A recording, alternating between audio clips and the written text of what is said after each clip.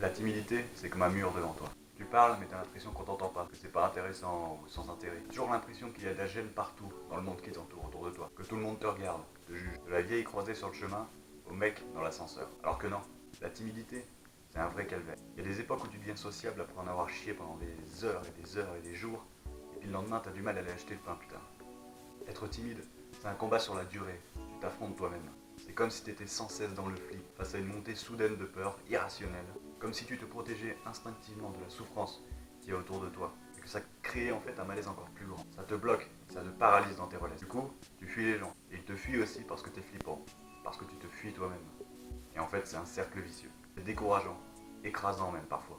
Les gens pensent que c'est rien, que t'as juste à parler, à t'exprimer, à faire. C'est bien plus compliqué que ça, bien plus profond. On a tous nos complexes et nos problèmes et on sait très bien que c'est bien plus compliqué que de dire tiens je vais le faire.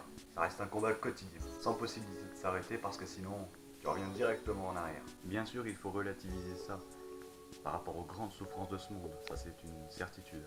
Aux timides, j'ai envie de dire qu'on n'en guérit jamais vraiment, mais qu'on s'améliore. Petit à petit on rencontre des gens qui nous font avancer, qui nous poussent à nous surpasser, à nous dépasser. On arrive à se forcer, à se bouger, et puis on a besoin de moins en moins de se forcer au dos au monde, jusqu'à plus du tout.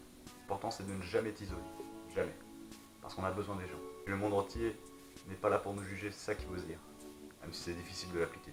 J'ai pas la clé pour être sociable subitement d'un coup comme ça, mais on peut y arriver petit à petit. Alors faut continuer à jeter dans l'inconnu, comme on le fait quelquefois, comme on a le courage de le faire. Puis on va continuer, et puis on va continuer à apprendre. Parce qu'être timide, ça peut vouloir dire aussi vouloir grandir. Voilà, j'espère que cette vidéo, elle vous a plu. Si c'est le cas, je vous invite à mettre un petit pouce bleu, et puis un petit abonnement. Je vous dis à bientôt.